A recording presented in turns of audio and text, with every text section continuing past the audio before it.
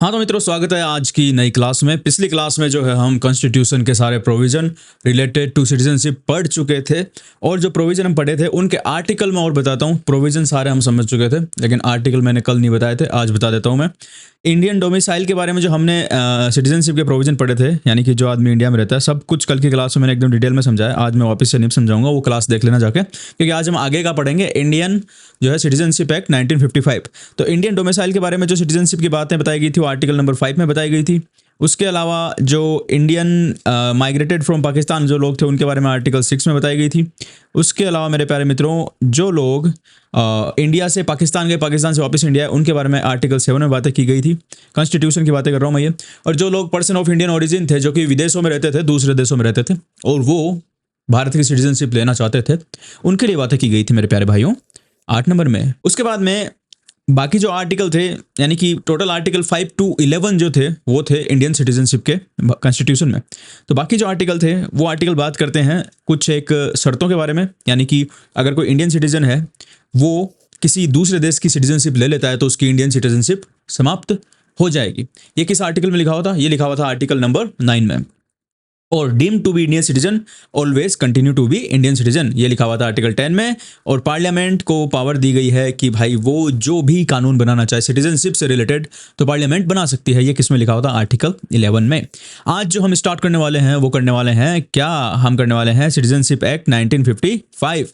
इसका भी जो है आपको पीडीएफ मिल जाएगा। कहाँ पे मिल जाएगा? टेलीग्राम चैनल पे, जिसका लिंक डिस्क्रिप्शन में, कोई लेना चाहे तो वहाँ से ले लेना। क्लास खत्म होने के 1-2 घंटे में अपलोड हो जाएगा। तो सिटीजनशिप एक्ट 1955 आज हम पढ़ने वाले मेरे प्यारे भाइयों बहनों। तो दोस्तों शुरू करते हैं सिटीजनशिप एक्ट 1955।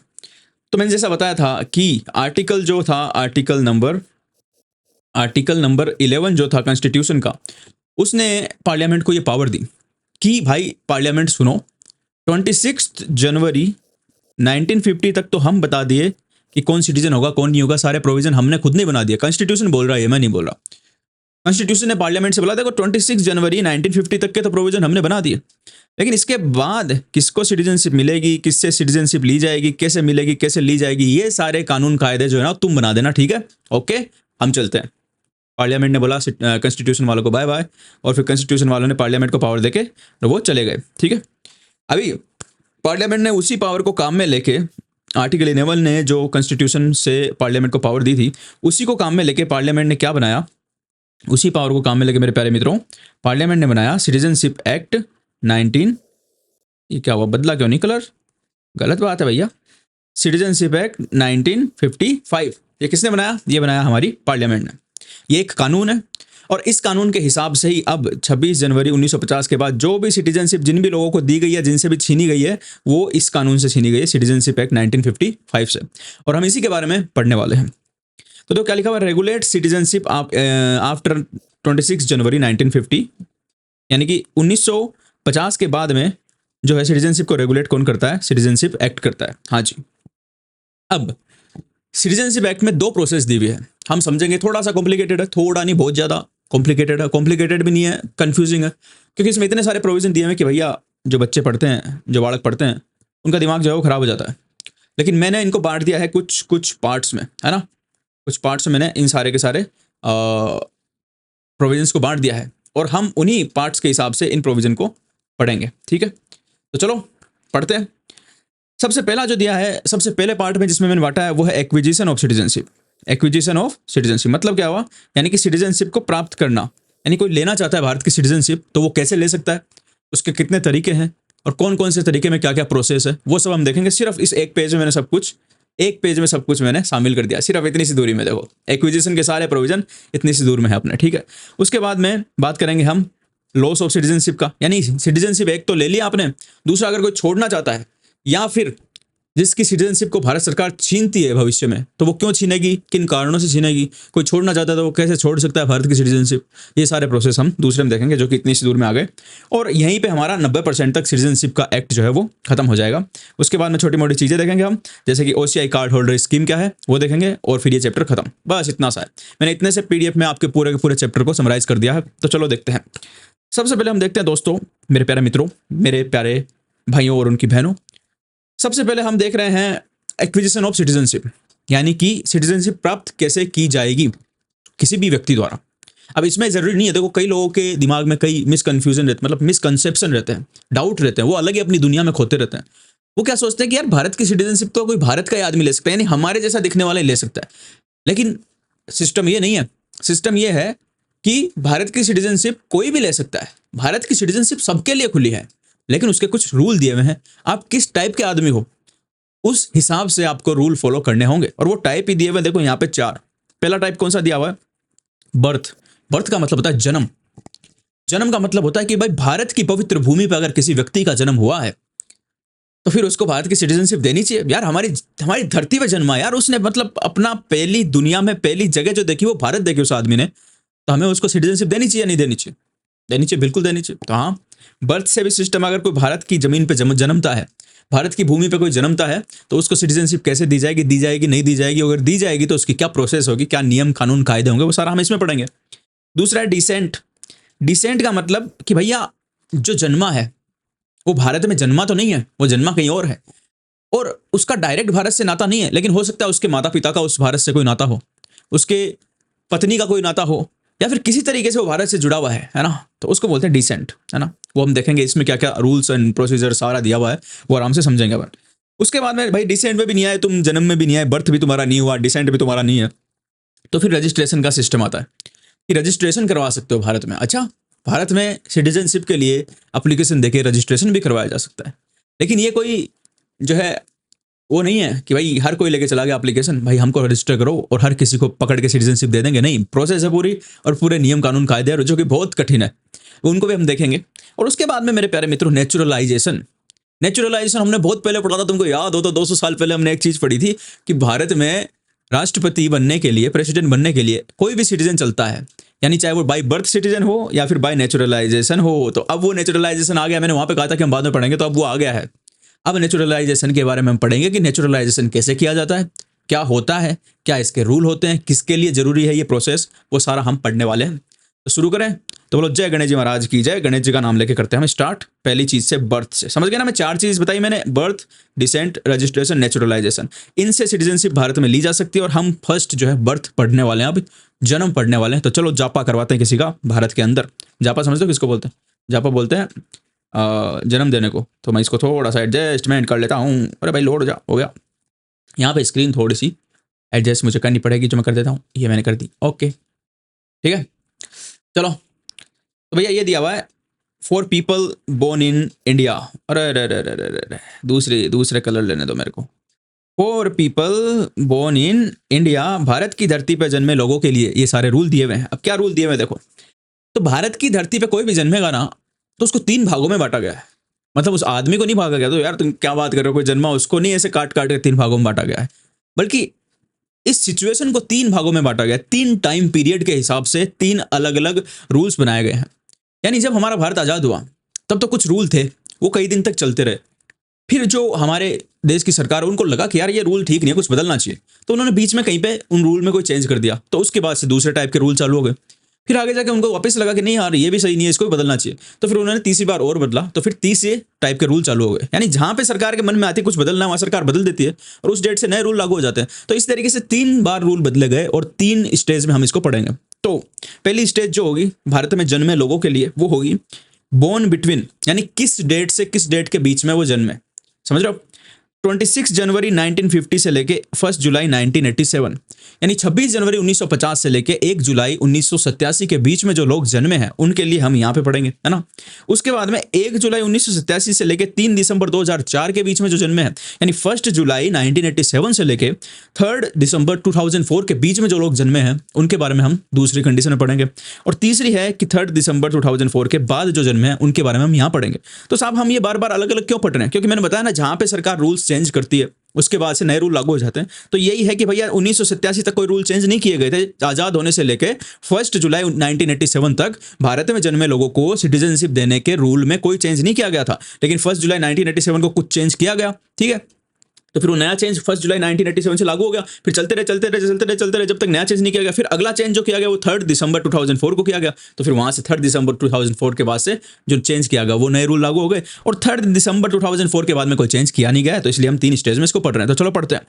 पहला देखते हैं हम 26 जनवरी 1950 से 1 जुलाई 1987, यानी 26 जनवरी 1950 से लेके 1 जुलाई 1987 के बीच में जो लोग जन्मे हैं भारत में, उनके लिए क्या रूल है। तो भाई उनके लिए रूल कुछ भी नहीं है, एकदम सिंपल है कि जो भारत में जन्म गया इस बीच में, इस दौरान कोई भी हो, चाहे किसी भी देश का हो, चाहे उसके माँ बाप कहीं के भी हो, चाहे किधर से भी आया हो, घूमने भी आया भारत में और भारत में जन्म गया, तो citizen of India by birth irrespective of parent and nationality, तो उसको भारत का सिटीजन बनने का पूरा अधिकार है।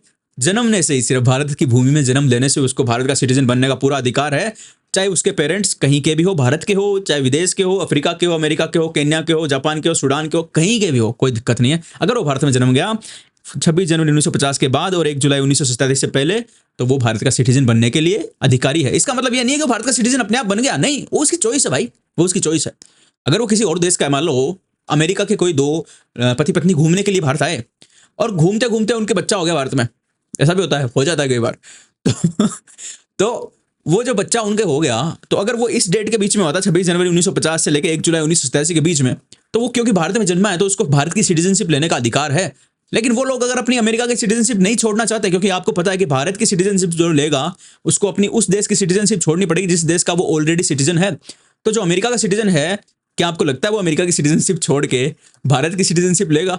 ऐसा मुश्किल है। तो इसलिए जरूरी नहीं है वो ले, लेकिन वो ले सकता है, उसको पूरा अधिकार है, कोई प्रोसेस फॉलो नहीं करनी, बस जन्म गए, तुम भारत के सिटीजन हो गए।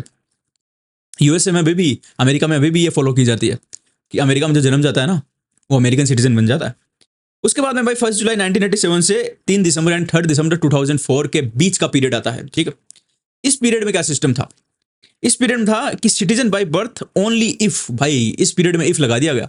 यानी मैंने क्या बताया कि 26 जनवरी से लेकर 1987 तक कोई रूल नहीं था कि जो जन्म गया इंडिया में वो हो गया इंडिया का सिटीजन। लेकिन उसके बाद सरकार को लगा कि भाई ये रूल तो अच्छा नहीं है। बहुत सारे लोग जो पड़ोसी देश है, चलो अमेरिका वाले तो नहीं आएंगे, लेकिन पड़ोसी एक कंगाल देश है, पाकिस्तान, बांग्लादेश, ये इनके लोग भारत में आके जन्म जाते हैं, और क्योंकि बॉर्डर क्रॉस करना बहुत आसान है, और भाई इनको इंडियन सिटीजनशिप मिल जाती। बोले तो बड़ा आसान तरीका है कि जब भी जन्मने वाला हो उससे पहले भारत में आ जाओ और यहाँ पे जन्मा दो, तो इंडियन सिटीजन बन गए तुम। तो फिर सरकार बोली भाई नहीं, ऐसा नहीं चलेगा भैया, ऐसा नहीं चलेगा। हम कंडीशन लगाएंगे कि भाई तभी होगा, भारत में जन्मा आदमी तभी भारत का सिटीजन बनेगा, either of his parent is Indian citizen, यानी कोई उसका कम से कम एक पेरेंट तो ऐसा होना चाहिए, एक माता या फिर पिता में कोई एक तो ऐसा होना चाहिए जो कि इंडियन सिटीजन हो, तभी हम उसको इंडिया की सिटीजनशिप देंगे, otherwise we will not give him the Indian citizenship. ये रूल लगा दिया गया, ठीक है। अब ये तो सेकंड स्टेज हुई, ये चली कब तक? 3 दिसंबर 2004 तक, यानी 3 दिसंबर 2004 तक ये रूल चला कि either of his parent is Indian citizen, then जो भी व्यक्ति भारत में जन्मेगा, बच्चा हो चाहे बच्ची हो, उसको इंडियन सिटीजनशिप मिल जाएगी। उसके बाद में भाई जो है 3 दिसंबर 2004 के बाद में एक नियम और लगा दिया गया, स्पेसिफिकली एक नियम और लगा दिया गया कि citizen by birth if both parents are citizen of India, one parent is citizen of India and other parent is not illegal migrant. तो भाई भारत में जो जन्मेगा 3 दिसंबर 2004 के बाद में, वो भारत का सिटीजन उसी कंडीशन में होगा कि अगर या तो उसके दोनों पेरेंट यानी माता पिता दोनों इंडियन सिटीजन है, या फिर एक इंडियन सिटीजन है और दूसरा इलीगल माइग्रेंट नहीं है, यानी बॉर्डर बिना पूछे ऊपर से जो है क्या बोलते हैं उसको, तारों को कूद के नहीं आया, तारों के नीचे से घुस के नहीं आया है। तो इलीगल माइग्रेंट की वजह से ये 3 बार रूल चेंज किए, मैंने बताया आपको, क्योंकि फर्स्ट टाइम हमारा क्या रूल था कि जो जन्म गया वही भारत का सिटीजन बन गया। तो ये जो कंगाल देश है बांग्लादेश, पाकिस्तान और इधर वाले म्यांमार इस साइड के, ये लोग कूद के इधर आ जाते हैं हमारे भारत में और यहाँ पे आके जन्मा देते अपने बच्चे को और बोलते हैं तो भाई इंडियन सिटीजन बन गया, इंडिया में मजे करेगा। तो भारत सरकार ने उसको रोकने के लिए लगाया सिस्टम ये कि भाई एक पेरेंट तो तुम्हारा कम से कम इंडियन होना चाहिए। तो भाई इसका भी इन्होंने तोड़ निकाल लिया, नीचे से आते थे, तारों के नीचे से आते, भारत की किसी लड़की को फंसा के शादी वादी कर लेते और उससे बच्चा पैदा करते, तो भाई इंडियन सिटीजन हो गया वो, फिर उसको इंडिया में रखेंगे, मजे करेंगे इंडिया में।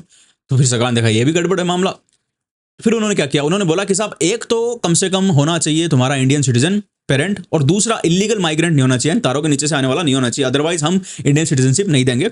तो बाई बर्थ यानी जो लोग भारत में जन्मे हैं उनको सिटीजनशिप देने के ये 3 जो है रूल्स थे।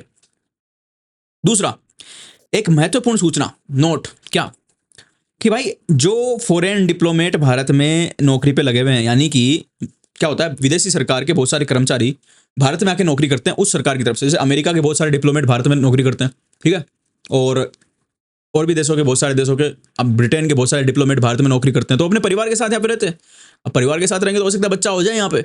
तो वो ये नोट ये बोल रहा है कि भाई डिप्लोमेट के जो कि भारत में दूसरी सरकार की नौकरी कर रहे हैं, उसके बच्चों को बाई बर्थ सिटीजनशिप नहीं दी जाएगी, नहीं दी जाएगी, नहीं दी जाएगी। और दूसरा, एनिमी एलियन, जो मैंने फर्स्ट स्टार्ट की थी फर्स्ट क्लास, उसमें बताया था मैंने कि एनिमी एलियन जो होता है, एलियन दो टाइप के होता है, एक तो फ्रेंडली एलियन होता है, एक एनिमी एलियन होता है। तो इन्होंने बोला कि भैया एनिमी एलियन जो है ना, एनिमी एलियन जो है, उस एनिमी एलियन को अगर बच्चा होता है भारत में, यानी हमारे दुश्मन देश से जो आया है लोग, विदेशी, उसको भारत में बच्चा होता है तो उसको भी हम बाई बर्थ सिटीजनशिप नहीं देंगे।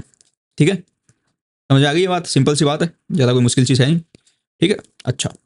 तो भैया इसको तीन हिस्सों में अपन इसे बांट के देख सकते हैं। ये जो इसमें जो रूल दिया हुआ है सिटीजनशिप का, कि एक तो हमारा यहाँ पे 26 जनवरी 1950 था, है ना। उसके बाद में हमारा 1987 था। उसके बाद हमारा दिसंबर 04 था। ठीक है, तो यानी कि इस टाइम में तो ये रूल था कि भाई कोई भी भारत में जन्मा उसको सिटीजनशिप मिल जाएगी, चाहे वो उसका माँ बाप कहीं के भी हो। फिर इतनी दूरी में हमने ये रूल रख दिया कि भाई भारत में जन्मा तो उसका एक माँ या बाप कोई इंडियन सिटीजन होना चाहिए, तभी उसको इंडियन सिटीजनशिप मिलेगी। लेकिन इसके बीच में हमने ये, इस टाइम पीरियड के बीच में हमने अभी तक चल रहा है, ये रूल रख दिया कि भाई एक तो इंडियन सिटीजन होना चाहिए और दूसरा इलीगल माइग्रेंट नहीं होना चाहिए। समझ गए बात? हाँ जी। अब दूसरे पे आ जाते हैं हम। बर्थ वाली तो हमने समझ ली, समझ में आ गई कि बाई बर्थ सिटीजनशिप कैसे मिलती है, क्या होती है। दूसरा है बाई डिसेंट। डिसेंट किसके लिए? ये for people born outside India whose parents are Indian citizen, Bharat से बाहर जन्मे लोगों के लिए जिनके माता पिता भारतीय नागरिक है। ठीक है, इनके लिए बाई डिसेंट सिटीजनशिप के प्रोविजन दिए हुए हैं। क्या प्रोविजन दिए हुए हैं, चलो देखते हैं। तो इनके लिए भी वही सिस्टम है भाई, बोर्न बिटवीन। ये बोर्न बिटवीन वाला सिस्टम इसीलिए आता है क्योंकि सरकार जब स्टार्ट में, हमारा संविधान बना था और हम आज़ाद हुए थे, अरे भैया क्या हो गया, और भी कुछ मिट गया। हमारा जब संविधान बना था और हम आज़ाद हुए थे मेरे प्यारों, उस टाइम पे सरकार को इतने ज़्यादा समझ में नहीं आई थी चीज़ें कि भाई प्रोविजन का कैसे कैसे मिसयूज भी कर सकते हैं लोग। फिर जैसे जैसे लोगों ने मिसयूज करना स्टार्ट किया, जो प्रोविजन है सिटीजनशिप के और बाकी प्रोविजन है उनका, जैसे जैसे लोगों ने मिसयूज करना स्टार्ट किया, है ना, तो गवर्नमेंट की ये बात समझ में आई कि भाई ये प्रोविजन तो मिसयूज किए जा रहे, तो इनको बदलना पड़ेगा। तो कई डेटों को प्रोविजन बदले गए हैं, तो वही डेटों की यहाँ पे नाम लिखा हुआ है ना, कि इस डेट से लेके 26 जनवरी से लेके कहाँ तक, जब तक प्रोविजन नहीं बदला तब तक का एक फेज हो गया। इस बीच में जो होंगे वो पुराने प्रोविजन के हिसाब से होंगे। फिर जब से प्रोविजन बदला तब से लेके आगे जब दूसरी बार बदला तब तक का एक हो गया फेज। इसमें जो नया प्रोविजन बना उसके हिसाब से लोग सिटीजनशिप लेंगे, और फिर उसके बाद में जब तक प्रोविजन बदला नहीं गया तब तक का फेज एक हो गया। इस तरीके से। तो यहाँ पे लिखा हुआ है कि भैया डिसेंट वालों के लिए, इंडियन डिसेंट वालों के लिए सिटीजनशिप के रूल क्या है। 26 जनवरी 1950, 26 जनवरी 1950 से लेके अगर 10 दिसंबर 1992 यानी 10 दिसंबर 1992 के बीच में अगर वो लोग जन्मे हैं, तो उनके लिए क्या प्रोविजन है कि person born outside India is citizen if his father was citizen on his birth. यानी कि किसी का फादर, पिता अगर इंडियन सिटीजन हो और उसका बच्चा भारत से बाहर भी जन्मे तो भी वो इंडियन सिटीजन माना जाएगा। फादर, देखो यहाँ पे क्या लिखा हो, फादर। अब भाई उस टाइम पे तो चलता था कि उसका फादर इंडियन सिटीजन हो, लेकिन आज की डेट में तुम ये बोल के बता दो एक बार कि उसका फादर इंडियन सिटीजन हो तभी उसको इंडियन सिटीजनशिप मिलेगी। चढ़ जाएगी, मतलब कूट देगी तुमको औरतें। समझ रहे हो? क्यों भाई, फादर ही क्यों, मदर क्यों नहीं? तो ये उस टाइम पे तो फादर जो है पेट्रियार्कल सोसाइटी ज़्यादा थी तो कोई दिक्कत नहीं थी, लेकिन बाद में इसी का विरोध हुआ कि फादर ही क्यों भाई, मदर क्यों नहीं। तो इसीलिए फिर रूल बदला गया कब, 10 दिसंबर 1992 को। और रूल बदल के 2004 तक चला। क्या चला कि 10 दिसंबर 1992 के बाद में अगर कोई इंडियन डिसेंट का आदमी है, वो जन्म रहा है, person born outside India is Indian citizen if either of his parent was in citizen on birth. यानी जब वो जन्मा तब उसके कोई सा भी माता या पिता में कोई भी एक पेरेंट इंडियन सिटीजन होगा तो वो भी इंडियन सिटीजन माना जाएगा। पहले क्या था, सिर्फ फादर। कब तक? 26 जनवरी 1950 से लेकर 10 दिसंबर 1992 तक ये प्रोविजन चला कि सिर्फ फादर अगर उसका सिटीजन होगा इंडिया का तो वो इंडियन सिटीजन माना जाएगा उसके जन्म पे अगर फादर इंडियन सिटीजन है। लेकिन फिर यही बात, इस पर चिढ़ गए लोग, औरतें चिढ़ गई, क्यों भाई फादर ही क्यों, मदर क्यों नहीं। तो फिर जो है 1992 से क्या नया प्रोविजन बनाया गया कि आइदर ऑफ हिज पेरेंट, अगर कोई भारत से बाहर जन्म रहा है और उसका चाहे माता या पिता उनमें से कोई भी इंडियन सिटीजन है तो फिर उसको इंडियन सिटीजन ही माना जाएगा। ओके, मेरी जो है बैटरी लो हो रही है, कोई दिक्कत नहीं, थोड़ा सा और कर लेते हैं। उसके बाद में भैया आफ्टर 3 दिसंबर 2004 इसके बाद में क्या बोला गया कि person born outside India is citizen if either of his parent was citizen on birth, ये हो गया, एंड एक कंडीशन और जोड़ दी अब नहीं, क्या, his birth is registered with Indian consulate with in 1 year. यानी कि भैया पहले क्या बोलते थे, पहले सबसे पहली कंडीशन सबसे 26 जनवरी से लेके और 1992 तक तो कंडीशन ये थी कि भाई भारत से बाहर कोई जन्मा और उसका पिता यानी उसका बाप अगर इंडियन है तो वो भी इंडियन माना जाएगा, इंडियन सिटीजन माना जाएगा। उसके बाद 1992 में इसमें थोड़ा सुधार किया गया कि नहीं, बाप से काम नहीं चलेगा भैया, माँ भी अगर इंडियन होगी तो भी माना जाएगा इंडियन सिटीजन। ठीक है, ये हो गया 1992 में। लेकिन 2004 में एक और चीज बता दी कि भाई माँ या बाप में दोनों में से कोई भी एक इंडियन सिटीजन हो तो इंडियन सिटीजन माना जाएगा। उसके साथ में तुम्हें जब वो बच्चा विदेश में जन्मा तो उसके जन्मने के 1 साल के भीतर इंडियन काउंसलेट में यानी कि भारतीय जो विदेशी विभाग के जो आयुक्तों के ऑफिस खुले रहते हैं उस देश में, उसमें जाके तुम्हें रजिस्टर कराना पड़ेगा अपने बेटे के नाम को कि भाई मेरे नया नया बेटा हुआ है, बधाई हो, मिठाई खाओ और उसको रजिस्टर करो। 1 साल के भीतर चले जाना ऑफिस में, नहीं जाओगे तो फिर क्या करना पड़ेगा, नहीं जाओगे तो फिर सेंट्रल गवर्नमेंट की परमिशन लेके तुम्हें रजिस्ट्रेशन करवाना पड़ेगा। 1 साल में चले जाओगे तो वो ऑफिस वाले खुद ही कर देंगे और वो जब रजिस्टर कर देंगे 3 दिसंबर 2004 के बाद ये प्रोविजन बनाया गया कि तुम्हें बच्चा होते ही नहीं मिल जाएगी सिटीजनशिप बच्चे को, तुम्हें रजिस्ट्रेशन भी कराना पड़ेगा काउंसलेट में जाके, और काउंसलेट में जाके जब तुम रजिस्ट्रेशन करवाओगे और रजिस्टर कर देंगे तो फिर तुम्हारा बच्चा इंडियन सिटीजन कहलाएगा। अच्छा, बधाई हो। तो भैया ये तो हम बात कर चुके अभी तक किसकी, एक तो बर्थ वाले की, बाय बर्थ किसको सिटीजनशिप मिलती है, और एक डिसेंट वाले की बात कर चुके कि जिनके माता या पिता में से कोई एक क्या हो, भारत का नागरिक हो, तो उसको कैसे कैसे सिटीजनशिप मिलेगी वो हम कर चुके। ये डेट तो भैया याद करनी पड़ेगी, इसमें मैं कुछ नहीं कर सकता क्योंकि सरकार के बनाए हुए रूल है, मेरे तो बनाया हुआ नहीं है, मेरे को दोष दे भी नहीं सकते तुम यार भैया क्या तुमने ऐसे ऐसे रूल बढ़ा रहे हो यार, ये मतलब ये तो गलत है। मेरी गलती नहीं है, ये सरकार की गलती है, सरकार ने ऐसे रूल बना दिए और जब डेट के बनाए उस डेट के तुम्हें नए रूल जो है वो याद करनी पड़ेंगे, कोई दिक्कत ही नहीं है उसमें। ठीक है, अभी आगे मेरे प्यारे मित्रों, आगे जो आता है third process, third step, third तरीका सिटीजनशिप प्राप्त करने का कि भाई तुम्हारे माता पिता भी भारत के नहीं है, तुम भारत में जन्मे भी नहीं, उसके बाद क्या तुम सिटीजनशिप प्राप्त नहीं कर सकते? बिल्कुल कर सकते हो। कैसे कर सकते हो? रजिस्ट्रेशन के द्वारा कर सकते हो। और कौन कौन करवा सकता है रजिस्ट्रेशन? तो देखो किसके लिए है, for person of Indian origin और person who establish matrimonial relation with Indian citizen, यानी जो भारत के मूल के व्यक्ति है या फिर वो आदमी जो कि भारतीय किसी सिटीजन के साथ में, इंडियन सिटीजन के साथ में मैट्रिमोनियल यानी कि मैट्रिमोनियल रिलेशन बना ले, यानी कि वैवाहिक संबंध बना ले। अब भारतीय मूल के व्यक्ति क्या होते हैं वो मैंने बता चुका कि जिनके दादा परदादाओं की, बापों की जो है अनडिवाइडेड इंडिया में इधर उधर किधर पैदा हुए थे फिर विदेशों में चले गए, ठीक है, वो लोग हो गए। या फिर जो विदेशी है और उसने भारतीय नारी से शादी कर ली है, वो भी इसमें शामिल होता है। ठीक है, भारतीय मूल के व्यक्ति अथवा भारतीय नागरिक के साथ वैवाहिक संबंध स्थापित करने वाले व्यक्ति के लिए, भारतीय नारी से ही नहीं, भारतीय पुरुष से भी कोई विदेशी नारी अगर शादी करती है तो वो भी इसी में आएगी। ठीक है, मेरे पे मत चढ़ जाना तुम लोग। अब देखो भैया इसमें कुछ एक प्रोविजन दिए हैं, क्या दिए हैं हम पढ़ते हैं आराम से, धीरे धीरे धीरे धीरे रे मना धीरे से सब होए, माली सींचे सो घड़ा ऋतुआएं फल होए। इसको नहीं आती समझ में तो कोई दिक्कत नहीं, समझ में आ गई वो समझ लेना। तो भैया ये देखो पर्सन यानी कि कोई व्यक्ति, अरे इसको भैया तुम थोड़ा सा ना वो कर लो, दिखता नहीं है ये ठीक से, लाल कर लो, लाल लाल लाली मेरी मात की जिद देखूं तित लाल। तो भैया देखो पर्सन यानी व्यक्ति, वो क्या करता है, वो एप्लीकेशन देता है। किसको देता है एप्लीकेशन? वो देता है भैया सेंट्रल गवर्नमेंट को एप्लीकेशन। अच्छा हाँ, तो फिर क्या होता है एप्लीकेशन देने के सेंट्रल गवर्नमेंट को? सेंट्रल गवर्नमेंट को एप्लीकेशन देने से ये होता है कि सेंट्रल गवर्नमेंट मे का मतलब है भैया दे सकती है, जहां पे मे लग जाए ना, मे उसका मतलब है कि सेंट्रल गवर्नमेंट को एप्लीकेशन दोगे तुम जो उन्होंने कंडीशन बताई वो सारी कंडीशन पूरी भी करोगे, तुम सब कुछ सही कर रहे हो, उसके बाद भी सेंट्रल गवर्नमेंट तुमको सिटीजनशिप दे सकती है। देगी ये जरूरी नहीं है, सेंट्रल गवर्नमेंट के मन मर्जी पे है कि वो देना चाहे तो दे सकती है। और अगर तुम सब कुछ एकदम सही से फुलफिल करते हो जो उन्होंने रूल में लिखा हुआ, तुम सारी चीजों का पालन करते हो, उसके बाद भी वो चाहे कि तुम्हें नहीं देनी तो वो नहीं देगी। और अगर तुम कुछ भी फुलफिल नहीं करते हो कोई भी कंडीशन, उसके बाद भी सेंट्रल गवर्नमेंट को लगता है कि यार तुम आधे बड़े काम किया, तुमको तो भारत का सिटीजन बनाना ही चाहिए, तो वो बना सकती है ना, ये उनकी मर्जी पे है। ठीक है, तो यहाँ पे लिखा हुआ मे रजिस्टर एज सिटीजन, यानी कि तुम हो, पर्सन है, कोई भी आदमी है, वो एप्लीकेशन देगा सेंट्रल गवर्नमेंट को, लो सेंट्रल गवर्नमेंट ये एप्लीकेशन पकड़ो, मेरे को सिटीजन के रूप में रजिस्टर कर दो, तुमने जो जो कंडीशन बताई थी मैं सारी फुलफिल करता हूँ, क्या तुम्हें मुझे सिटीजन के रूप में रजिस्टर करने में कोई परेशानी है?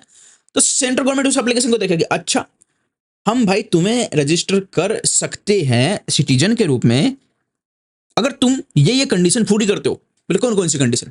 बोलो चलो बताते हैं तुमको। तो भाई पहली कंडीशन क्या है? पहली कंडीशन ये है कि पर्सन ऑफ इंडियन ओरिजिन हो। ये जो आदमी है ना, ये जो आदमी एप्लीकेशन दे रहा है, इसके बारे में अलग अलग कंडीशन बताई हुई है, उनमें से कोई भी एक पूरी करेगा तो इसको सेंट्रल गवर्नमेंट सिटीजनशिप दे सकती है। लेकिन अगर इनमें से कोई भी पूरी नहीं करेगा तो सिटीजनशिप नहीं देगी। ठीक है, अच्छा तो देखो, person of Indian origin, POI का मतलब होता है पर्सन ऑफ इंडियन ओरिजिन। मैंने शॉर्ट में लिखा है, ये याद रखना आप कि POI में जहाँ पे दिखो, जहाँ भी मैं बोलूँ POI, तो वो होगा पर्सन ऑफ इंडियन ओरिजिन।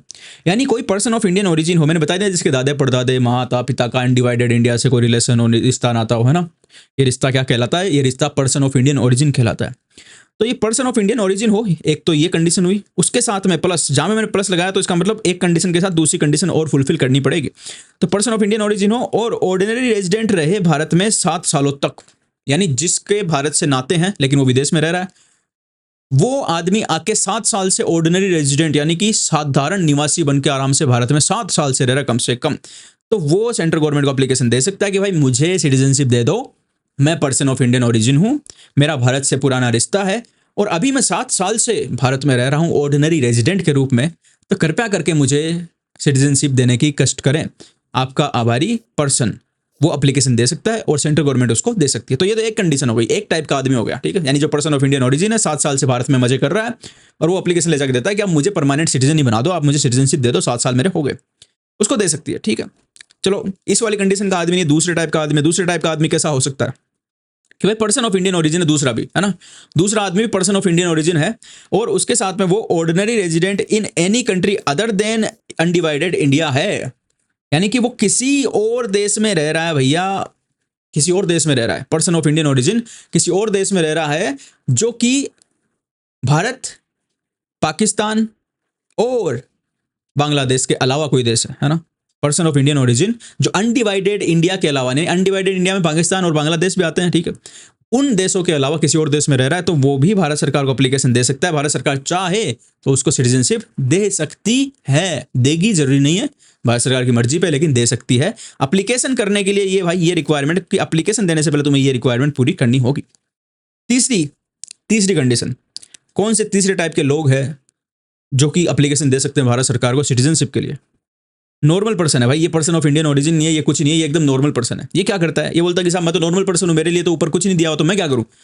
तो भाई तू एक काम कर, तू इंडियन सिटीजन से शादी कर ले, मेरी इंडियन सिटीजन, यानी कोई नॉर्मल पर्सन है, किसी दूसरे देश का नागरिक है जो कि भारत की किसी महिला या पुरुष से शादी कर लेता है और शादी करने के बाद में भारत में ऑर्डिनरी रेजिडेंट के रूप में रहता है 7 साल तक। क्यों? अच्छा पति बन के रहता है या फिर अच्छी पत्नी बन के रहती है 7 साल तक, तो भाई 7 साल में कंफर्म हो जाता है ना कि अब तो छोड़ के नहीं भागेगी। तो वो 7 साल तक जब रह लेता है, भारत के सिटीजन से शादी कर लेता है और 7 साल तक ऑर्डिनरी रेजिडेंट बन के भारत में रह लेता है, तो फिर वो एप्लीकेशन दे सकता है भारत सरकार को कि भाई अब मुझे सिटीजनशिप आप देने का कष्ट करें, क्योंकि देखिए मैं शादी आराम से निभा रहा हूँ, मेरी 7 साल हो गए, मैं छोड़ के भी नहीं भागा, तो मुझे सिटीजनशिप दे दीजिए। तो सेंट्रल गवर्नमेंट दे सकती है सिटीजनशिप। चौथे टाइप के पर्सन जो होते हैं वो होते हैं भाई माइनर चिल्ड्रन, यानी कि माइनर किसको बोलते हैं? जो कि भारतीय कानून के हिसाब से 18 साल से कम उम्र का हो, उसको बोलते हैं माइनर।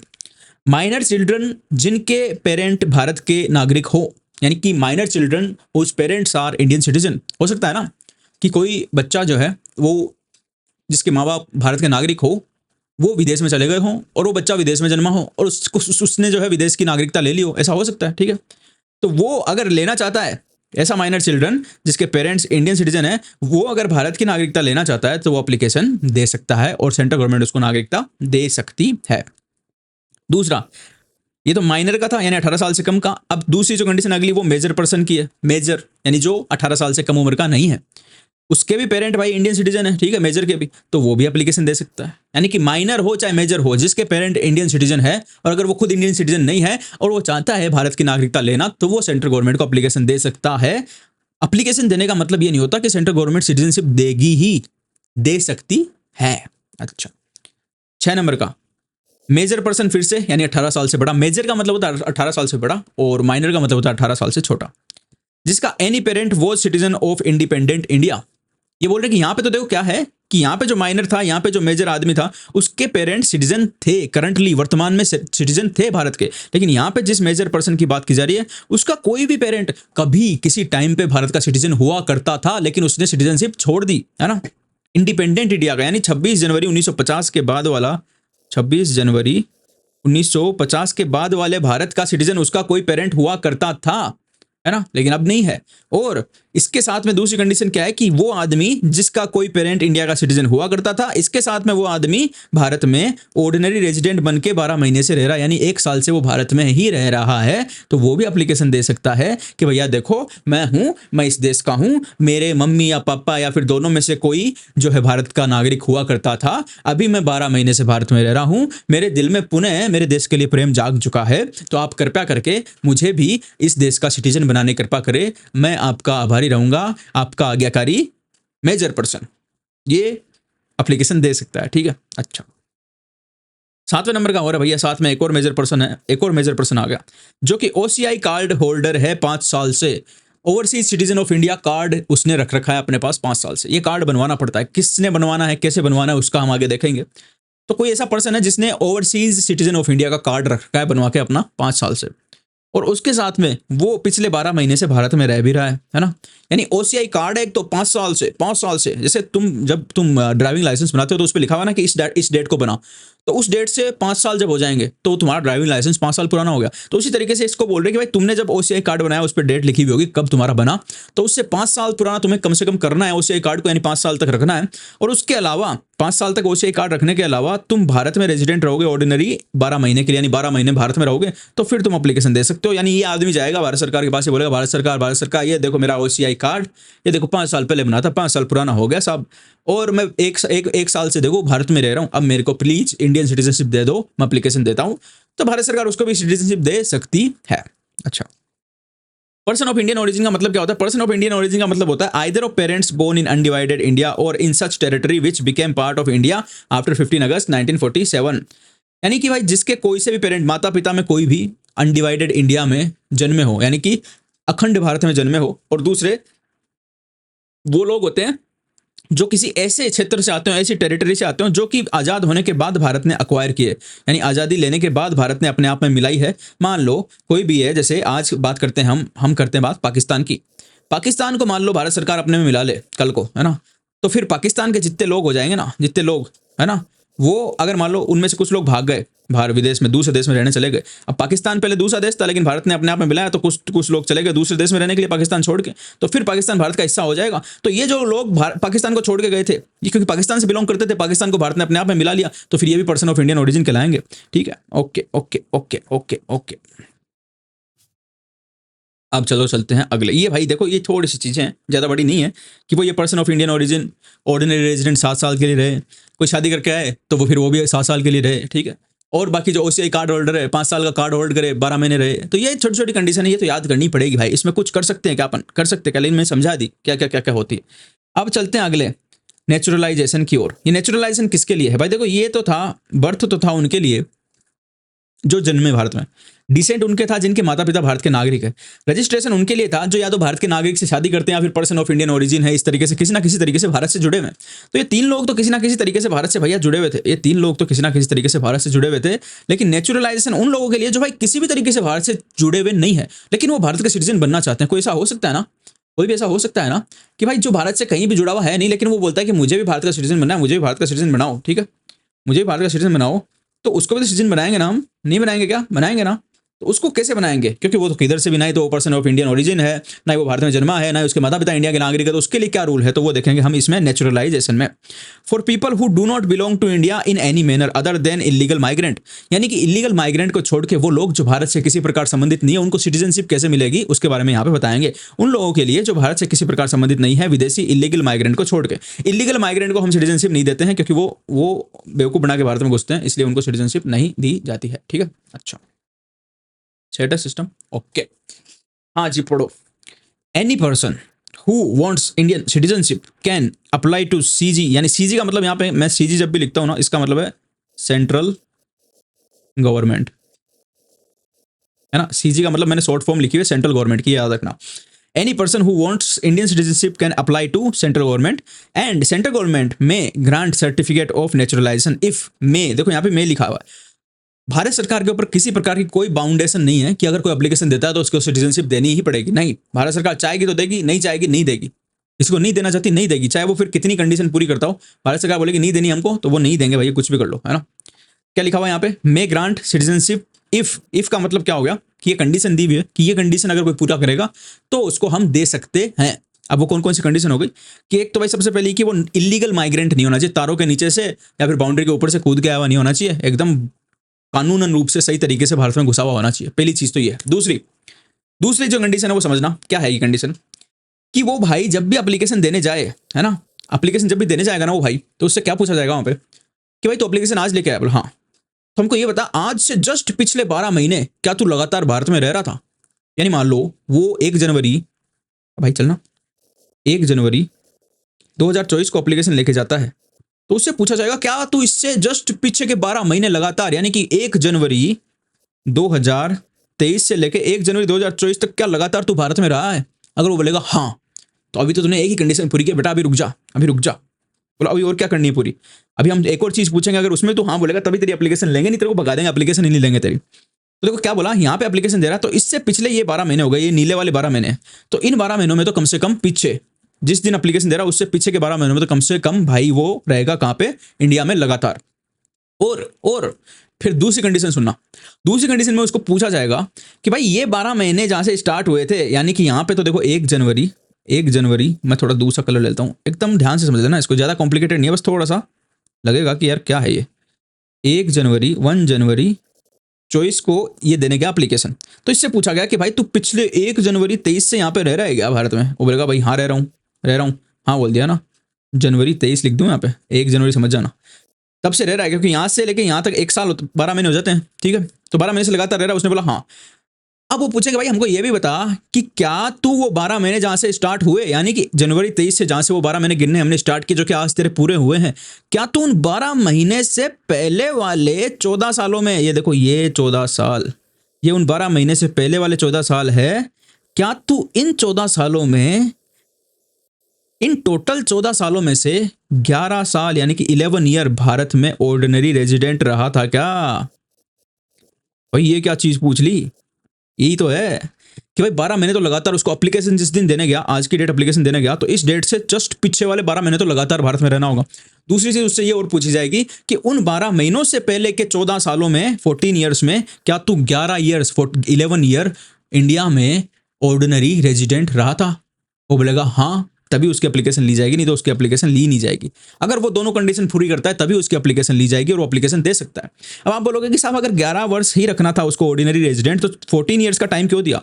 तो 3 साल की उसको थोड़ी सी छूट दे दी कि भाई 14 ईयर्स के पीरियड में हम देखेंगे, 3 साल तो इधर उधर छुट्टी मारने में चला गया, कोई दिक्कत नहीं है, लेकिन टोटल 11 महीने कम से 11 ईयर कम से कम तुझे ऑर्डिनरी रेजिडेंट भारत में रहना होगा। उन 12 महीने से पहले वाले 14 साल में, उन 12 मंथ से पिछले 14 ईयर्स में 11 ईयर्स तुझे ऑर्डिनरी रेजिडेंट भी रहना होगा। तो ये 2 कंडीशन जब पूरी करेगा ना, ये जो भगवा वाली, येलो वाली और ब्लू वाली, तब जाके वो एप्लीकेशन दे सकता है। एप्लीकेशन दे सकता है, अभी तो देगी नहीं देगी सरकार, वो सरकार की मर्जी पे सिटीजनशिप। तीसरी कंडीशन क्या है? Indian citizens are also permitted in his country becoming citizen by naturalisation. इसको बोला गया कि भाई तू एक तो इलीगल माइग्रेंट तू नहीं होना चाहिए, तू 12 महीने एप्लीकेशन से जस्ट पहले के 12 महीने लगातार इंडिया में रहा है, उसके अलावा इससे पिछले के 14 सालों में 11 साल भारत में ऑर्डिनरी रेजिडेंट रहा, ये भी। और तीसरी कि भाई तू किसी ना किसी कंट्री से तो आया है ना। अभी मान लो कोई भारत की सिटीजनशिप लेने के लिए आ रहा है जो भारत से किसी तरीके से संबंधित नहीं, यानी वो किसी और दूसरे देश का नागरिक है, तो इनको बोला कि भाई तू जिस देश का नागरिक है ना, हमको ये बता कि क्या भारत वालों को, यानी भारत का आदमी, जैसे तू हमारे पास सिटीजनशिप लेने आया, वैसे हमारे देश का कोई नागरिक तेरे वाले देश में सिटीजनशिप लेने के लिए जाए, तो क्या तुम देते हो उसको सिटीजनशिप, देते हो या नहीं देते हो? अगर वो बोलेगा हाँ देते हैं, तभी उसकी एप्लीकेशन ली जाएगी। अगर वो बोलता है कि नहीं हम तो नहीं देते, किसी को भारत वालों को तो स्पेशल देते, तो हम भी उसके लात मार के भगा देंगे, साले तुम हमारे भारत वालों को नहीं देते तो हम तुमको क्यों दे? तो ये भी होना चाहिए कि भाई हम जिसको सिटीजनशिप जो हमारे पास मांगने आया है, हम देखेंगे कि क्या वो देश, जिस देश का वो नागरिक है, वो देश भी हमारे भारत वालों को देता है नहीं देता। अगर वो देता है तो भी हम देंगे, नहीं तो नहीं देंगे। ये भी नियम है भैया।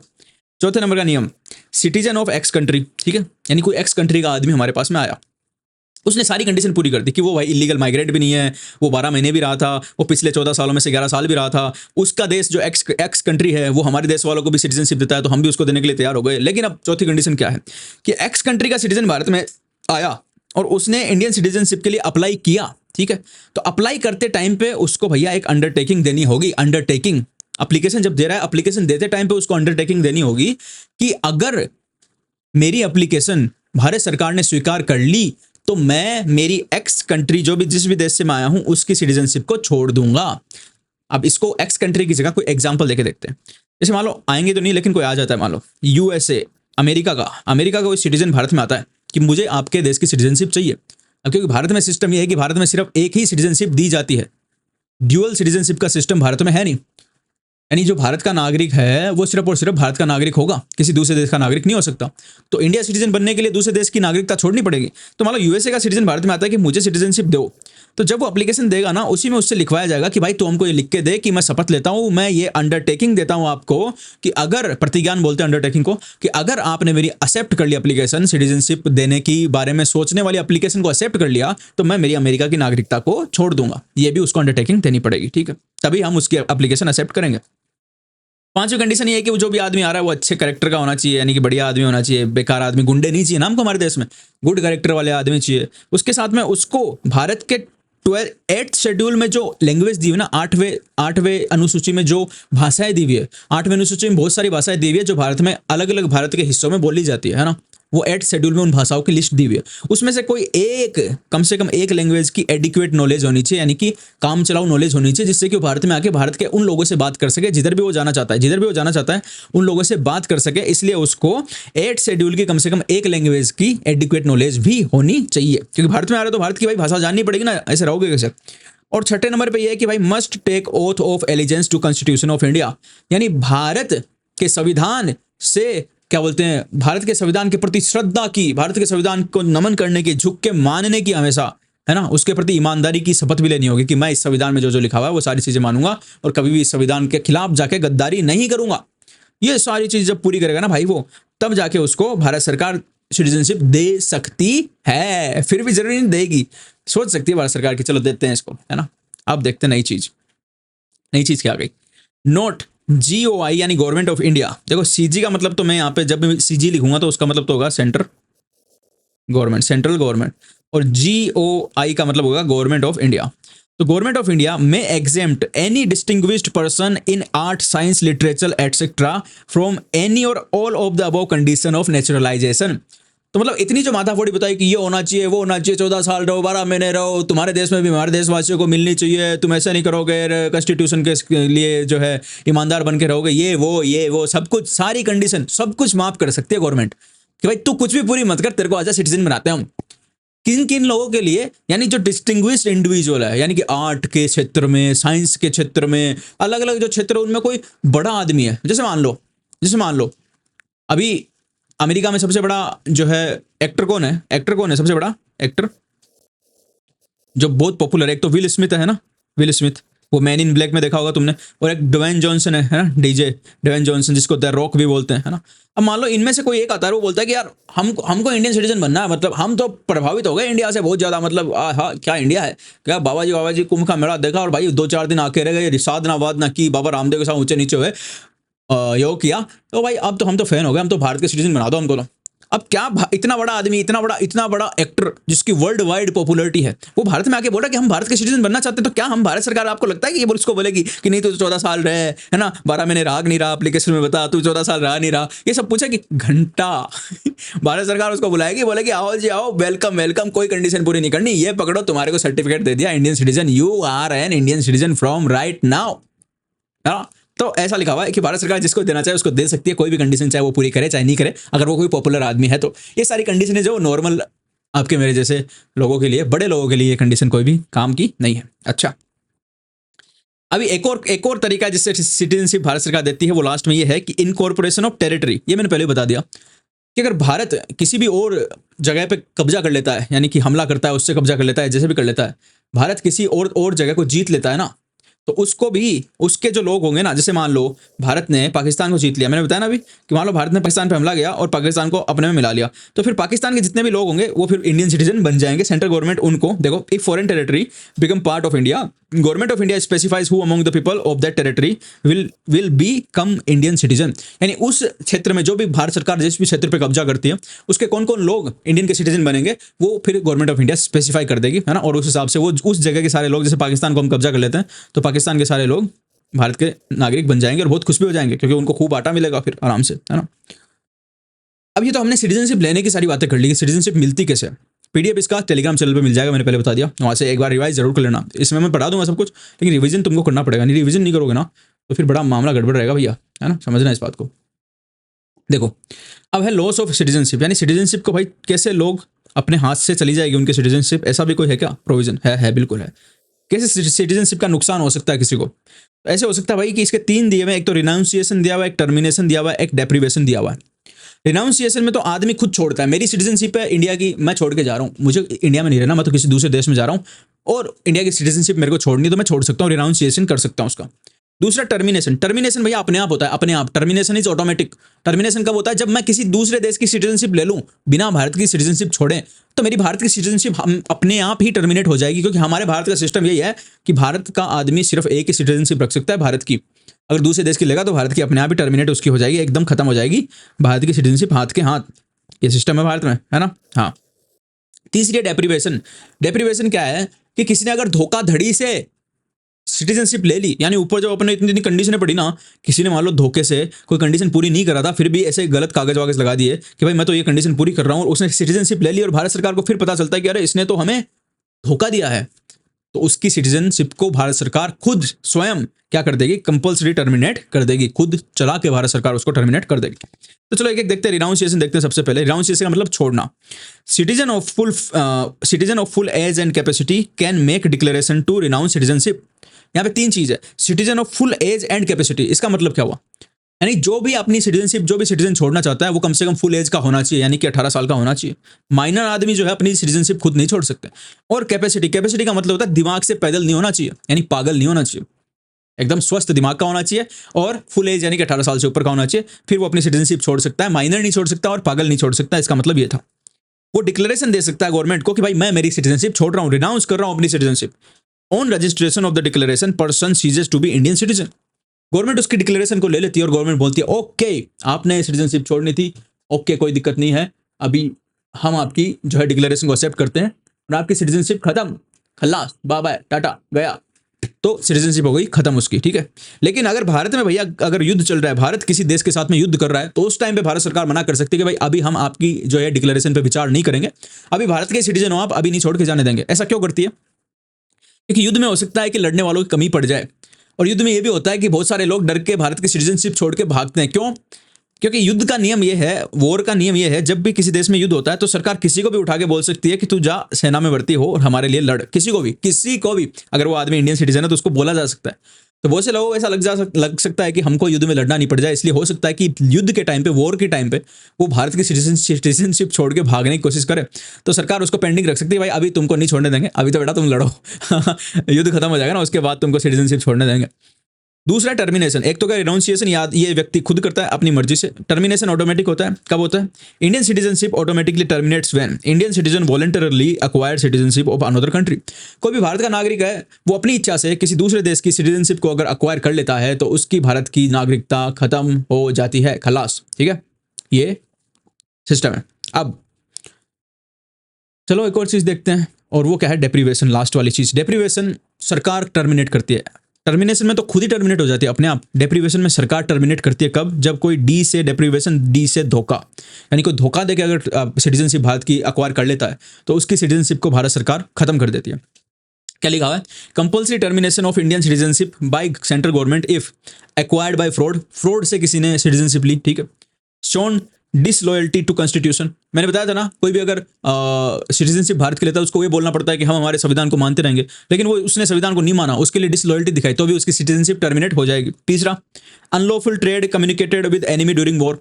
यानी हमारा किसी के साथ युद्ध चल रहा है ना, और जिसने हमसे सिटीजनशिप ली, हमसे नागरिकता ली, वो हमारे उस दुश्मन के साथ में अनलॉफुली यानी गैरकानूनी रूप से या तो व्यापार कर रहा है या फिर उससे बातचीत कर रहा है, यानी कि भाई वो पीठ पीछे हमारी जड़ काटने के लग रहा है, ऐसे आदमी को क्या हम अपना सिटीजन रखेंगे? बिल्कुल नहीं। तो उसकी सिटीजनशिप भारत सरकार टर्मिनेट कर सकती है। और कंडीशन क्या है कि within 5 year of registration, neutralisation, naturalisation, imprisoned in any country for 2 year. यानी हमने किसी नए नए आदमी को, क्योंकि हमने बोला था ना कि जिसको भी हम सिटीजनशिप देंगे ऊपर पड़ा था कि गुड कैरेक्टर का होना चाहिए, देखो यहाँ पे गुड कैरेक्टर, एडिक्वेट नॉलेज, है ना। तो हमने या तो उस आदमी को ये सोच के सिटीजनशिप दी थी कि भाई ये गुड कैरेक्टर का होगा, अच्छा आदमी होगा, लेकिन फिर पता चला कि भाई सिटीजनशिप देने के 5 साल के भीतर भीतर ही किसी देश की पुलिस ने उसको पकड़ लिया किसी जुर्म में और उसको 2 साल के लिए जेल में डाल दिया। तो अगर ऐसा किसी के साथ होता है कि भैया 5 साल के भीतर भीतर तुम्हें 2 साल की जेल हो जाती है किसी भी आरोप में किसी भी देश में, तो हम तुम्हारी सिटीजनशिप को टर्मिनेट कर देंगे, यानी कि तुमको डिप्राइव कर देंगे, डेप्रीवेशन में आ जाओगे तुम। उसके अलावा एक और कंडीशन दी हुई है, continuously ordinary resident out of India for 7 years. इसका मतलब क्या है? इसका मतलब ये है कि किसी ने सिटीजनशिप तो ले ली, लेकिन लेने के बाद में वो 7 साल से लगातार भारत के बाहर ही रह रहा है, ऑर्डिनरी रेजिडेंट भारत के बाहर है, तो हम उसको कहेंगे भाई तुझे भारत से बाहर ही इतना प्रेम है तो हमारी सिटीजनशिप क्यों ले रखी है भाई, छोड़ना है, सिटीजनशिप तो ले रखी है और हमारे देश में रहता नहीं है, चल भाई तेरी हम कैंसिल कर देते सिटीजनशिप। तो भारत सरकार उसकी सिटीजनशिप को कैंसिल कर देगी। तो ये हो गई भैया सिटीजनशिप के लॉस की कहानी कैसे होती है, एकदम सिंपल है। Renunciation, termination, deprivation. रिनाउंसिएशन व्यक्ति खुद जाके करता है जब उसको भारत की सिटीजनशिप खुद को छोड़नी हो। टर्मिनेशन जो है वो ऑटोमेटिक होता है, जब भी कोई भारत का सिटीजन किसी और दूसरे देश की सिटीजनशिप ले लेता है तो उसका टर्मिनेट हो जाती है भारत की सिटीजनशिप। और डेप्रीवेशन होता है जब कोई धोखा देके सिटीजनशिप लेता है, या फिर सिटीजनशिप लेने के बाद भी 7 साल से किसी और देश में रह रहा है, या फिर सिटीजनशिप लेने के 5 साल के भीतर उसको किसी देश में 2 साल की सजा हो जाती है, या फिर वो भारत के संविधान के प्रति डिसलॉयल्टी दिखाता है, या फिर उसने फ्रॉड से सिटीजनशिप ली है तो उसको डिप्राइव कर दिया जाएगा, डेप्रीवेशन हो जाएगा। एक और छोटी सी सूचना, क्या एकदम सिंपल सूचना वैसे, India only has single citizenship for both centre and state in USA. Each person is not only citizen of USA but also the state he she belong. यानी कि भारत में सिर्फ एक सिटीजनशिप होती है, चाहे वो स्टेट हो कोई भी।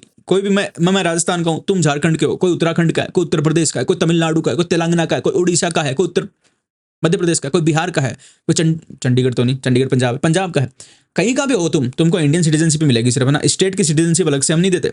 लेकिन अमेरिका जो ना यूएसए में जो है एक सिटीजनशिप तो उसको दी जाती है यूएसए की, है ना, कोई भी रहेगा उसको, और एक उसकी स्टेट की दी जाती है। जिस भी स्टेट का वो आदमी है उसकी स्टेट की अलग से सिटीजनशिप मिलती है, यूएसए की अलग से मिलती है। 2 सिटीजनशिप रखता है एक आदमी। हमारे भारत में सिर्फ सिंगल सिटीजनशिप ही है। अब भैया आ गए हम ओसीआई कार्ड होल्डर। ये सिटीजनशिप का सारा सिस्टम हो गया खत्म, ठीक है। अभी ओसीआई कार्ड होल्डर स्कीम में आ गए। ओसीआई का मतलब होता है ओवरसीज सिटीजन ऑफ इंडिया। ये हो गया ओसीआई कार्ड होल्डर स्कीम। तो ये ओसीआई कार्ड होल्डर स्कीम क्या है भैया, ये क्यों आई थी, भारत में क्यों लाई गई, क्या है इसका मतलब, क्या है? 2 सेकंड देना मेरे को। Okay, OCI card holder scheme क्या है, चलो देखते हैं। तो देखो, introduced in response of dual citizenship demand of Indian diaspora. Bharat का सिस्टम सबसे बढ़िया और सबसे बुरा यही है कि भारत सरकार बोलती है कि भाई अगर तुमने भारत की सिटीजनशिप लेनी है ना, तो तुम्हें जिस भी देश के तुम सिटीजन हो उसकी सिटीजनशिप छोड़नी होगी। और जिसने भारत की सिटीजनशिप ले रखी है, अगर वो किसी दूसरे देश की सिटीजनशिप ले लेता है तो उसकी भारत की सिटीजनशिप खत्म हो जाएगी। यानी कि यहाँ पे सिर्फ एक ही सिटीजनशिप मिलती है भाई, दूसरे देश की ले ही नहीं सकते तुम। और अगर तुम किसी दूसरे देश के नागरिक हो और भारत की सिटीजनशिप लेना चाहते हो तो वो भी नहीं ले सकते, वो भी नहीं मिलेगी जब तक तुम उसको छोड़ो ना। अब समस्या क्या थी कि कई हमारे भारत के लोग, भारत के प्यारे भाई, यूएसए, अमेरिका में थे, ब्रिटेन में थे, बढ़िया बढ़िया देशों में थे, ऑस्ट्रेलिया में थे, है ना। अब वो इन देशों में काम करते थे भाई, पैसा वैसा बहुत बढ़िया कमा रहे थे। भारत में तो इतनी कमाई है नहीं, वहाँ पे कमाई बहुत बढ़िया है, तो बढ़िया पैसा कमा रहे थे। लेकिन उनका दिल अभी भी भाई, दिल है कि मानता नहीं, दिल वो अभी भी भारत में ही है ना। मेरे देश की धरती, जब भी वो गाना सुनते उनको भारत की याद आती। लेकिन वो सोचते कि यार भारत जाएं कैसे, क्योंकि जाते हैं तो वीजा लेना पड़ता है ना, क्योंकि अभी हमको विदेशी बना दिया गया ना। हमने तो इन देशों की सिटीजनशिप ले ली, पहले तो हम भारत के सिटीजन थे, लेकिन अब तो हम इन देशों में रहने लगे तो इनकी सिटीजनशिप ले ली। इनकी ले ली तो भारत सरकार ने हमारी सिटीजनशिप को काट दिया, क्रॉस लगा दिया। अब हम विदेशी बन गए उनकी नज़रों में, तो हमको वीजा लेना पड़ता है जाते हैं जब, है ना। और जो काउंसिलर है, जो रीजनल काउंसिल है फॉरेन डिपार्टमेंट की, उसमें रजिस्ट्रेशन करना पड़ता है। कोई चीज़ देखने जाते हैं, घूमने के लिए कोई चीज़ देखने जाते हैं, तो हमसे विदेशियों वाले पैसे लिए जाते हैं। विदेशियों से पता है ना, हम भारत वाले पैसे ज़्यादा लेते हैं। यानी मान लो कहीं पे भी घूमने जाओगे, भारत वाला की टिकट है 10 रुपये की, विदेशियों से 500 रुपये लिए जाएंगे, इस तरीके से सिस्टम चलता है। तो बोले यार ये तो हमारे साथ में अन्याय हो रहा है। हमारा देश है, हमारे दिल में हमारे देश के लिए आज भी वो है, प्यार है, लेकिन हमको कोई दे नहीं रहा। सिटीजनशिप भारत सरकार देती नहीं, बोलेगी एक ही देंगे हमको, आपको भारत की सिटीजनशिप से तो आप अपने उस देश की छोड़ो। अब यार वो काम करने वाला ऑस्ट्रेलिया में, अमेरिका में, बोले यार इतने पैसे यहाँ पे कमा रहे हैं, इनकी सिटीजनशिप कैसे छोड़ सकते हैं, इसलिए नहीं छोड़ सकते। तो उन्होंने डिमांड उठाई कि भाई भारत सरकार कुछ तो करो ऐसा कि हमें इन देशों की, बड़े बड़े देशों में जिनमें हम काम कर रहे हैं, बड़े बड़े देशों में छोटी छोटी बातें होती रहती है, तो उनकी सिटीजनशिप भी हमको नहीं छोड़नी पड़े, है ना। इनकी नहीं छोड़े, इनमें काम भी करते रहे, और भारत में भी आए तो भाई हमारे को ना ये वीजा नहीं लेना पड़े। हमारे साथ ये सारे भेदभाव नहीं किए जाए कि हम कहीं घूमने जा रहे हैं, हमारे पास ज़्यादा फीस ली जा रही है, हम हम कहीं पे कोई प्लॉट खरीदना चाहते हैं, कोई मकान खरीदना चाहते हैं, वो नहीं खरीद सकते, वहाँ आते हैं तो होटल में रहना पड़ता है। हम इतने पैसे कमा रहे हैं, हमको मकान खरीदने की इजाजत तो दे दो ना, हम यहाँ पे खरीद के हमारा रख देंगे, जब घूमने आएंगे उसमें रुक लेंगे, है ना, हमारे पैसे बच जाएंगे होटल के। ये सारे आपको नहीं दे रहे हमको। ये मतलब क्या है यार, भारत सरकार गलत है ये ना। हम आपके लिए इतना पैसा कमाते हैं, हमारे घर वाले यहाँ पे रह रहे हैं, है ना, कई पुराने घर वाले, दादाजी ताई जी, उनको पैसे भेजते भी हैं, तो आप हमारे लिए कुछ तो करो। तो इसलिए भारत सरकार ने सोचा भाई ये सही बोल रहे हैं, इन आदमी के लिए कुछ तो अपने करना पड़ेगा, ये है तो अपने देश वाले ही ना, कमाई इनको वहाँ पे हो रही है, इसलिए वहाँ पे जाकर रहने लगे, वहाँ के सिटीजन बन गए। तो उनके लिए ओसीआई कार्ड होल्डर स्कीम लेके आए। अब ये ओसीआई जो है ना, ओवरसीज सिटीजन ऑफ इंडिया, यानी वो सिटीजन भारत के जो कि दूसरे देशों में रहते हैं, जिन्होंने दूसरे देश की सिटीजनशिप ले ली, उनके लिए कार्ड होल्डर स्कीम आई है। ठीक है, अब ये है जो है, ये कहाँ पे आती है, देखो ये तो है सिटीजन और ये है विदेशी, है ना, यानी ये तो भारत का नागरिक जो नहीं है, ये है सिटीजन। मान लो सिटीजन यहाँ पे टॉप लेवल पे आता है कि सारे अधिकार सब कुछ मिलते हैं, भारत में मजा ले सकता है आराम से सिटीजन, और विदेशी नीचे आता है, ये कोई मजे नहीं ले सकता। तो ओसीआई वाला जो है ना, वो यहाँ पे आता है थोड़ा सा, यहाँ पे कि वो सिटीजन से थोड़ा से कम मजे लेगा, लेकिन विदेशी से बहुत ज्यादा मजे लेगा भारत में आके, है ना, ये ओसीआई आता है। तो ये स्कीम इस तरीके से बनाई गई है। तो इसीलिए बनाई गई थी, introduced in response of the dual citizenship demand of the Indian diaspora, है ना, भारतीय डायस्पोरा बोलते हैं उन लोगों को जो किसी देश के होते हैं लेकिन उस देश को छोड़ के दूसरे देश में चले जाते हैं काम करने के लिए और वहीं रहने लग जाते हैं। तो उन लोगों को उस देश का डायस्पोरा बोलते हैं। तो क्या लिखा हुआ है, स्कीम लॉन्च्ड ऑन प्रवासी भारतीय दिवस इन 2005, यानी प्रवासी भारतीय दिवस हर साल बनाया जाता है। प्रवासी भारतीय दिवस का मतलब होता है वो भारत के लोग जो भारत से प्रवास कर गए दूसरे देशों में, तो उनको बुलाया जाता है और उनके साथ ऐसे फंक्शन किया जाता है, एकदम मस्ती मजाक और मजे लिए जाते हैं, वो उसको बोलते हैं प्रवासी भारतीय दिवस। तो उसी दिवस के दौरान इसको लॉन्च किया गया, क्योंकि उन लोगों ने डिमांड की थी कि हमको ड्यूअल सिटीजनशिप तो आप नहीं देते, कुछ तो दो कि हम भारत में आराम से रह सकें। तो उनको दिया गया पीआईओ और ओसीआई। पीआईओ ओसीआई स्कीम दी गई, overseas citizen of India card बनाया गया उनके लिए कि हम आपके लिए स्कीम ला रहे हैं, ये लो।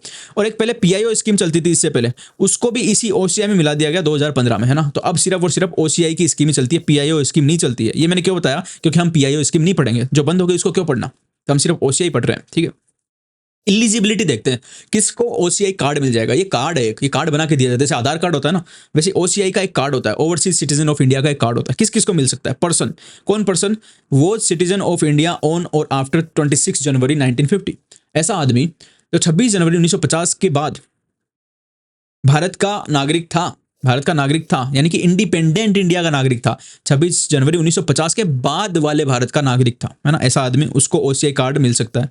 ठीक है, अब नागरिक था तो फिर भैया नागरिक को तो सिटीजन ही बोल रहे हो ना आप, ओसीआई कार्ड क्यों दे रहे हो, अरे था लेकिन छोड़ दी ना उसने नागरिकता, भाई मेरे, उसने नागरिकता छोड़ दी, वो था लेकिन उसने छोड़ दी, अब वो ओसीआई ले सकता है ना।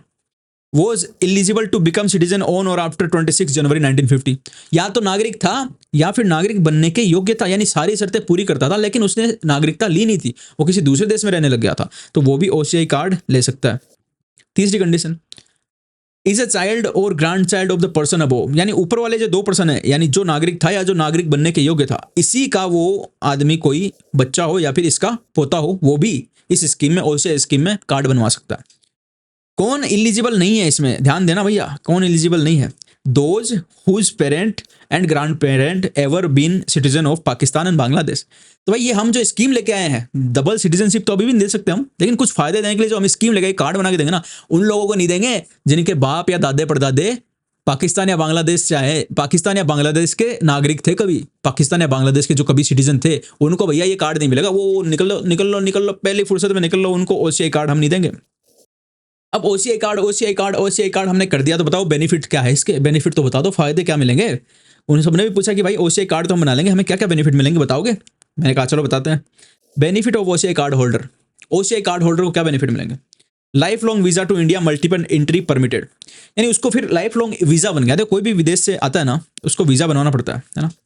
वीजा का मतलब क्या होता है, कोई भी विदेशी आदमी जब भारत में आता है तो उससे पूछा जाता है किस काम से आ रहा है, क्या काम आ रहा है, कितने दिन के लिए आ रहा है, तो वो सारा वीजा में लिखा रहता है, इस काम से आया इतने दिन के लिए आया, मान लो उसमें लिखा हुआ है कि साहब ये 32 दिन के लिए आया, तो फिर 32 दिन बाद उसको भारत छोड़ के जाना पड़ेगा, नहीं तो फिर वीजा और बनवाना पड़ेगा, रिन्यू करवाना पड़ेगा, ये झंझट होते हैं इसमें बहुत ज्यादा।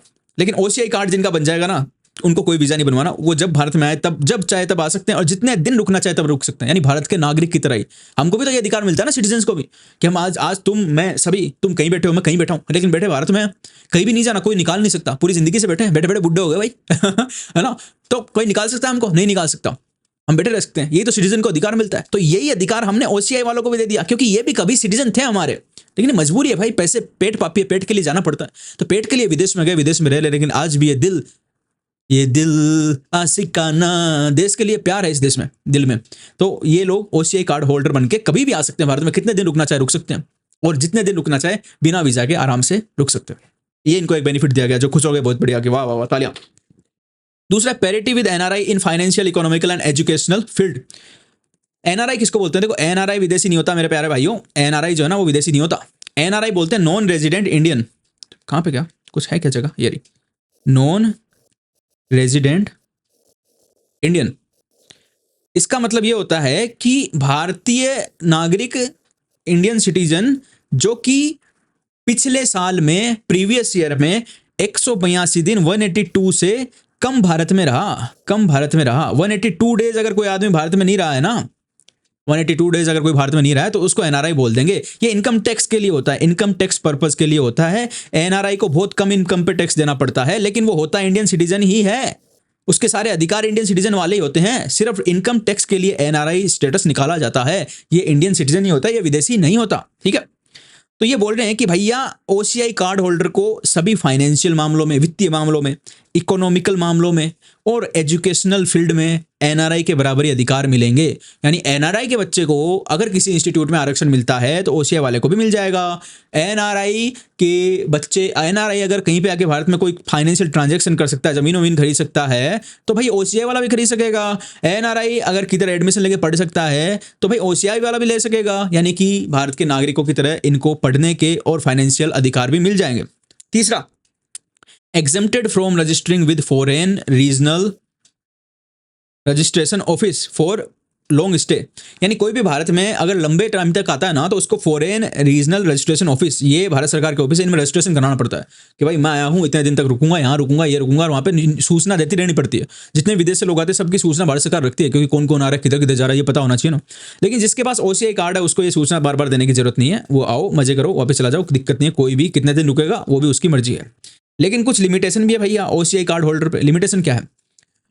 अब ओसीआई कार्ड होल्डर, भाई मैंने बताया ना कि सिटीजन से, अभी मैंने कहाँ लिखा था, वो मैंने कहाँ पे लिखा था, ये रहा, कि विदेशी से, विदेशी यहाँ है, सिटीजन सबसे ऊपर, विदेशी सबसे नीचे, तो ओसीआई वाला यहाँ पे। यानी सिटीजन से कुछ कम चीज मिलती है इसको। वो कम चीज क्या है, वही इसकी लिमिटेशन देखते हैं हम।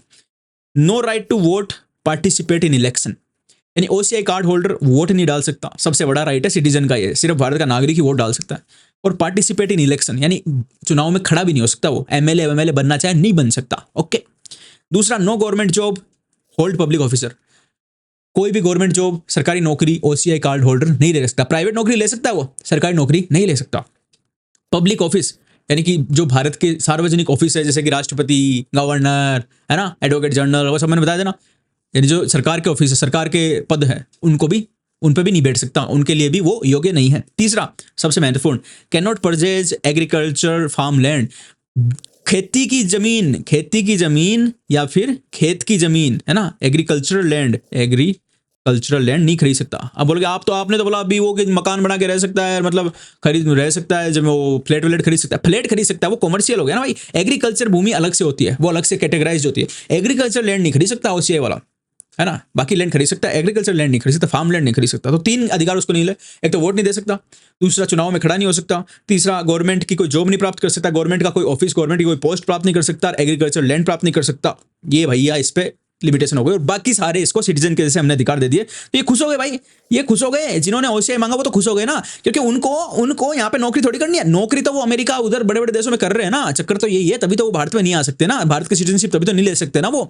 तो नौकरी पैसा का काम तो है नहीं, पैसा तो उधर से कमा रहे हैं, उनको तो भारत में घूमना, रहना, जब भी मन में ठहरना, जहां पे भी जाए वहां पे जाना, खुद का एक मकान हो तो उसमें रह सके आराम से, टेंशन फ्री होके, जब भी उनकी छुट्टियां हो, ऐसे चाहिए थे, वो सब मिल गए उनको, तो वो खुश हो गए। तो उन्होंने बोला जय जय भारत सरकार, जय जय भारत सरकार, जय जय संविधान, ठीक है। ये संविधान में नहीं है, ओसीआई की स्कीम सिटीजनशिप एक्ट में है, सिटीजनशिप एक्ट में, ठीक है, संविधान में नहीं दी हुई है, ये ध्यान रखना। अब मैं तुम्हारे लिए पहली बार लेके आऊँ भैया यूपीएससी, यानी union public service commission, UPSC, जो कि एक कॉन्स्टिट्यूशनल बॉडी है, कॉन्स्टिट्यूशनल बॉडी, जिसके बारे में भी हम इस पॉलिटी में पढ़ेंगे, है ना। इस यूपीएससी ने अपने सबसे बड़ी परीक्षा, भारत की सबसे बड़ी परीक्षा आईएएस यानी कि सीएसई, सिविल सर्विस एग्जामिनेशन में एक क्वेश्चन पूछा था सिटीजनशिप से रिलेटेड, जो हम देखते हैं, और इसका उत्तर तुम लोग कमेंट सेक्शन में दोगे, ओके। कमेंट सेक्शन में जिस चीज को है वो दे देना, नेक्स्ट वीडियो में इसका उत्तर मैं बताऊंगा। With reference to India consider the following statement. Hindi अनुवाद में कर देता हूं कि भारत के मामले में ये स्टेटमेंट नीचे वाले पढ़ो, there is only one citizenship and one domicile, Bharat में केवल एक ही नागरिकता होती है और एक ही डोमिसाइल होता है, ठीक है। अधिवास बोलते डोमिसाइल को, अधिवास, यानी भारत में एक ही नागरिकता और एक ही डोमिसाइल अलाउ है। दूसरा, a citizen by birth only can become head of state, Bharat में राज्य का हेड ऑफ स्टेट वही आदमी बन सकता है जो कि जन्म से भारत का सिटीजन यानी कि नागरिक हो। अच्छा, दूसरा ऑप्शन ये दिया हुआ। तीसरा, a foreigner once granted citizenship can not be deprived of it under any circumstances, यानी किसी विदेशी को जिसको सिटीजनशिप भारत सरकार ने एक बार दे दी तो फिर किसी भी परिस्थिति में उससे सिटीजनशिप वापस नहीं ली जा सकती। ये 3 स्टेटमेंट दिए हुए हैं, आपको बताना इनमें से सही कौन सा है। Which of the given statement is correct, एक ओनली यानी कि सिर्फ ये सही है, या फिर 2 ओनली यानी कि सिर्फ ये सही है, या 1 एंड 3 यानी कि ये और ये सही है, या फिर 2 एंड 3 यानी कि ये और ये सही है। तो आप अपना सही उत्तर बता देना कौन सा है कमेंट सेक्शन में। नेक्स्ट वीडियो में बताऊंगा मैं इसका असली सही उत्तर क्या है। तो आज की वीडियो में इतना ही। ऊपर इधर जो नंबर 1 लिखा हुआ है उसको दबा के नंबर 1 क्लासेस के यूट्यूब चैनल को सब्सक्राइब कर सकते हो, और इधर जो आ रही है पूरी की पूरी प्लेलिस्ट आ रही है जिसमें पिछली सारी वीडियो और आगे जो भी वीडियो आएगी वो भी दी हुई है, तो उनको वहां जाके देख सकते हो। Thank you very much for watching the video. Have a good day.